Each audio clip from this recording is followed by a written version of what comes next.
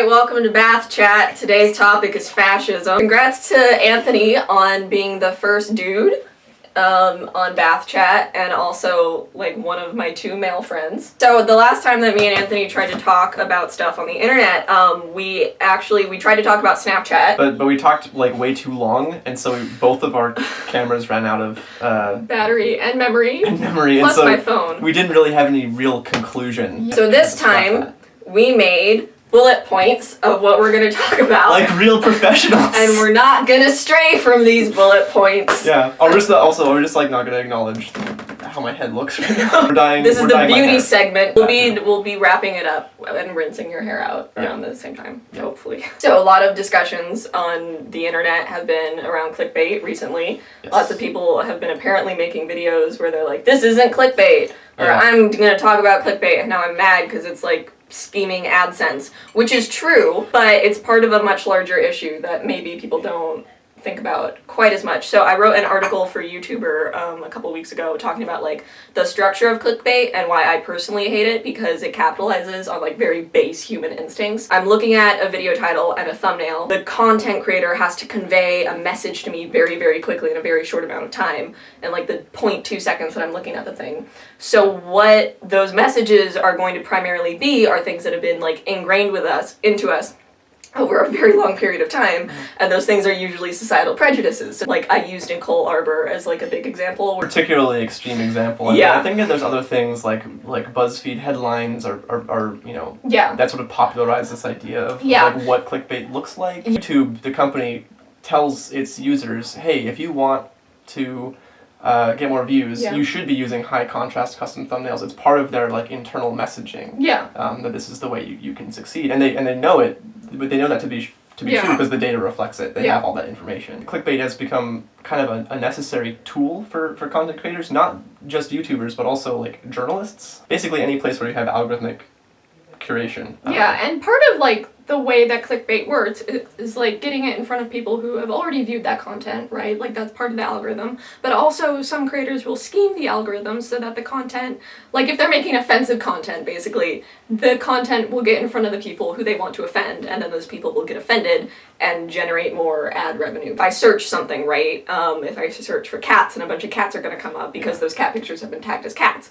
But if I search for cats and like someone has tagged a picture of a dog repeatedly with like cat, then that will also come up. And this is the same thing as like when people say like search engine optimization. You know, that can only go so far. Like if you have like the perfect, you know, metadata scheme, and metadata, that includes the title, the thumbnail, the tagging, and the description, right? All that info put together is like the metadata for the video. Plus any like prayer candles that you light during the creation of the video. Like YouTube has published papers articulating why this is important for them to have, like for the engineers to have, right? If they're using a computer program that says, if it's looking at this data, if it's looking at videos, right, it wants to know how to curate things really well.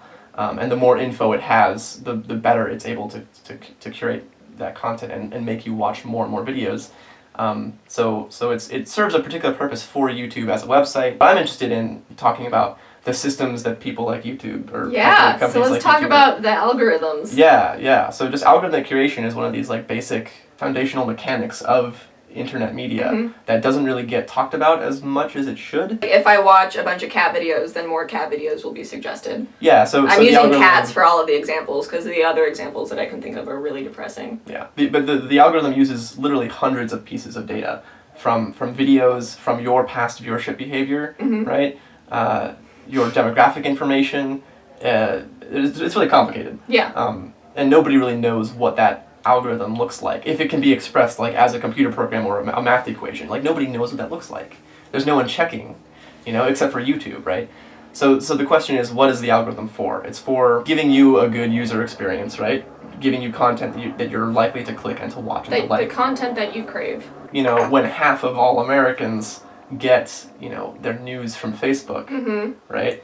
It matters what that algorithm looks like. It's because it's not journalistic editorial integrity. What was it that Zuckerberg said? He was like, we're a social media platform. It's saying like television isn't a journalism platform, you know, because television isn't just for like it is though. Like it is the way that information spreads. A decade ago, before Facebook, it was blogs and email and online forums, right? Before Twitter and social media as we currently understand it. Facebook came under some scrutiny because it's like that much. The way that like the top content that it was recommending like was leaning left or leaning right or something, and so the solution was, okay, well, we're going to remove the manual curation parts of that system by taking human beings out of the curation process and just leaving, you know, this algorithm. But the humans are still there because they created the Al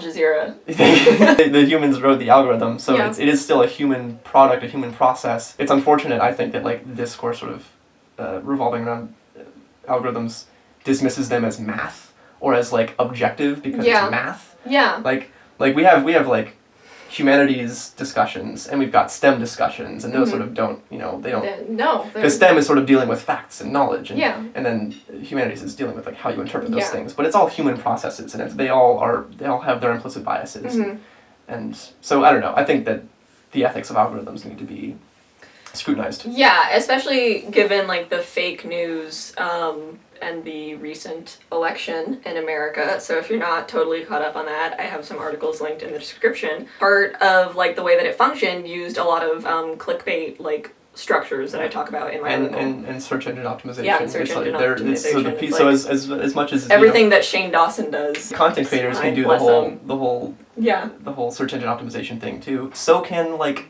insurrectionists, like so can actual like state actors. A lot of the teenagers who were generating this fake news, like of course they wouldn't be familiar enough with like American politics to be able to write it on themselves. They were getting it from places that were already operating within the US and like were already tapped into these bases, and of course like Breitbart's part of it, news sites that want to kill half the population. It's this sort of weird arms race, like who can figure out how to game the algorithm quicker. Speaking of how all of this is getting used, let's talk about our third point. We're staying on topic. We're doing it. Propaganda. Earlier, when we were buying products with which to dye your hair with, I made like a comparison between the 30s, right, and then what is happening right now, because we are seeing a lot of the same factors. And this is just like a fact now. So we need to start looking very carefully at symbols and propaganda and like media literacy in order to navigate this brave new world. Yeah. Well, it's very interesting that you say brave new world, because that was very clever. Thanks. So I'm an English major. I am a film major, but I made this short film recently that it's like a kind of a remix video. It's called Iontophoresis. Yep. Anthony makes a lot of good content, breaking content down. So Iontophoresis, which was the title of the thing, Aldous Huxley used, right? Who wrote Brave New World. Yep. And he said that sort of the impact of TV on a mass like population is this sort of psychological iontophoresis, this ideological ionization, right, through the electrical tube of the television, right? Ideas get transmitted to you, and you kind of have no choice but to receive them and for them to be incorporated. And that's also so interesting, like when you consider blue light, because all of our electronic devices emit a blue light to mimic sunlight so that we can like read it more easily and stuff. And like if you watch someone while they're watching TV, they don't blink. But also like that sort of blue light will keep you up at night because it's supposed to mimic sunlight. Yeah, and your brain's gonna be like, oh, it's noon and not 1 a.m. That's why you download Flux. This is what they call like either the magic bullet theory or hypodermic needle theory. It's this idea that media has this like just this straight like jack into your brain. Yeah. You know, where ideas that you are exposed to via these media just sort of end up in your brain. And more contemporary media theory kind of disavows that. Like that's theory that was developed by Frankfurt School type folks who like were reacting to fascism, who were sort of Aldous Huxley types who saw the horrors of fascism and the results of propaganda and we're trying to explain it away, basically. I feel like all media theory should just be a reaction to fascism. Well, basically it was. I mean, until the 60s, it literally just was. Until Marshall McLuhan showed up and sort of came up with some more complex ideas. But he's still a determinist. He's a technological determinist. He thinks that media is the thing that is driving all social change, and that's the source of everything, which is, I don't think that's true, right? Media exists as part of, It's a tool. Yeah, and it exists within larger systems and interacts with them in interesting ways. But this is something to like think about, because I've been saying for years that like the internet is a tool, and that means that you know, it's like a hammer. You can either build a house or you can give someone a concussion. Yeah. And like that's the first stage, and now we also have to look at like who made the hammer, and why did they make the hammer, and what do they want to do with the hammer, and what do they expect us to do with the hammer? Yeah, like we don't talk about how the internet was basically a government project. The reason that you have the internet and TCP/IP is that the U.S. government was like, hey, it would really suck if our only command and control center was nuked. But if you have a decentralized command system where, you know, one node can be eliminated and messages can still be sent around the whole system, which is basically what TCP/IP is, packet switching. Those are the basic technologies that like make the internet work. Yeah. That was developed by the government for those particular reasons. It's a Cold War technology. Oh, but what I wanted to... Media literacy. We're staying. We're doing it.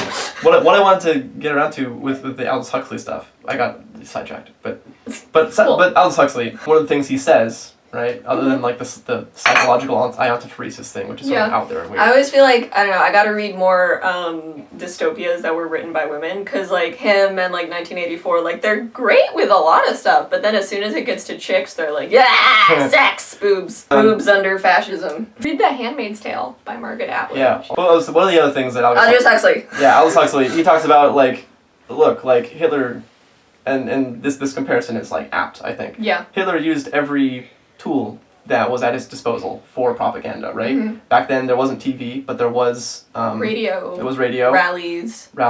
Print materials, and those were all used very extensively by the Nazis. Yeah. To sort of get everyone on their side. And nowadays, right, there are new media that aren't super well studied, and Donald Trump and other members, neo-fascist, populist type folks, right? all these new folks, right? They're using the internet to their advantage. They're just using it in ways that we haven't really started paying attention to. So we need people like Aldous Huxley, or people who think in the same way as Aldous Huxley, to be really critical and aware of how information spreads and how people absorb and interact with it. Really nice resources I've found is this guy Howard Rheingold. He has a book called Netsmart. This guy, Howard Rheingold, was the first guy to ever use the phrase virtual community in print. Ooh. Yeah, he has a book called Virtual Community. Yeah, but he's a really cool dude, and he's kind of the reason I want to start making my own clothes. The sickest threads. Oh my god. NSA, like, just spying on normal people in their homes, just like through webcams. Yeah, it's called Optic Nerve. Yeah, is the program. That's nice. And it's also like we're talking about state surveillance now after the election, but like state surveillance in the U.S. has been going on for years, and especially after 9/11. Okay, I'm gonna have more information on the Patriot Act and how it has affected Muslim citizens, because it's ridiculous. In order for democracy to work, you need privacy. Like, that is the bottom line. Like, you need to have spaces where governments and people in power cannot access you. Yeah. Media literacy. How can we become more literate in the media? There's some really We're gonna stay on topic. There's some really good memes. Okay, the timer's going off. Okay, so your hair is baked. Media literacy. Media how can we become more media literate? I've been watching a lot of documentaries of past revolutions, just seeing like how symbols are created and then destroyed and then like revitalized or usurped, decentralized leadership versus centralized leadership and stuff like that. What causes revolution, what is like the breaking point, I guess. So you're saying research is research is good. I can just like throw some book recommendations out there. Book club. Understanding Media by Marshall McLuhan, essential. He's more talking about television, but a lot of the ideas sort of apply to right now. Lev Manovich's The Language of New Media is a good place to start. Sturken and Cartwrights Practices of Looking, John Berger's Ways of Seeing, which is a similar title. It's like the basic Marxist feminist, like... Nice. Clay Shirky, the book I was showing you. Yeah. Here Comes Everybody, being a show-off at this point. Learning media, like the actual history of how television happened, like why was television such a big thing in the 60s? What were the first like really big events involving television, like the 1960 debates between Nixon and Kennedy. Jinx! Learning about DARPA and the actual development of the internet. Generally being more skeptical of the information that we see, right? Like, don't share articles like this, like, and I'm guilty of this too. Fact check! Yeah, like fact check. We gotta find some real solid ways of knowing, okay, is this information accurate? Where did it come from? Who wrote it? Yeah. Hold your media sources accountable. Like, it is so ridiculous that we have national news stations that are just doing whatever they want, and it's been like that for a long time. Yeah. Go watch Clifford Stoll.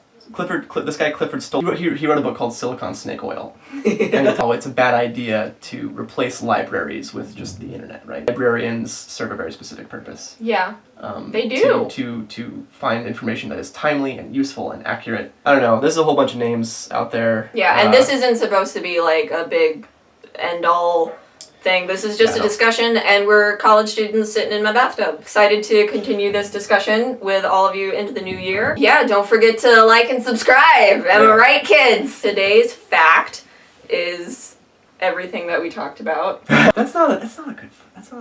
Okay, I'll look up a fact about the internet. Want to do the fact of the day? Sure. Fact of the day is that the mouse, keyboard, and graphical user interface were all presented in a demo called The Mother of All Demos, and it's presented by Douglas Engelbart, and it had video conferencing before dial-up internet was even like a thing. Like, dang. Yeah, they had networked video before video was. Do you wanna hear my fact? Yes. IBM's technology helped facilitate Nazi genocide through generation and tabulation of punch cards based upon national census data. Yep. That's all from us. We're gonna go wash out your hair. Yes. Oh God, really. Later, nerds. Stay safe. Stay smart. All right. Let's figure this out.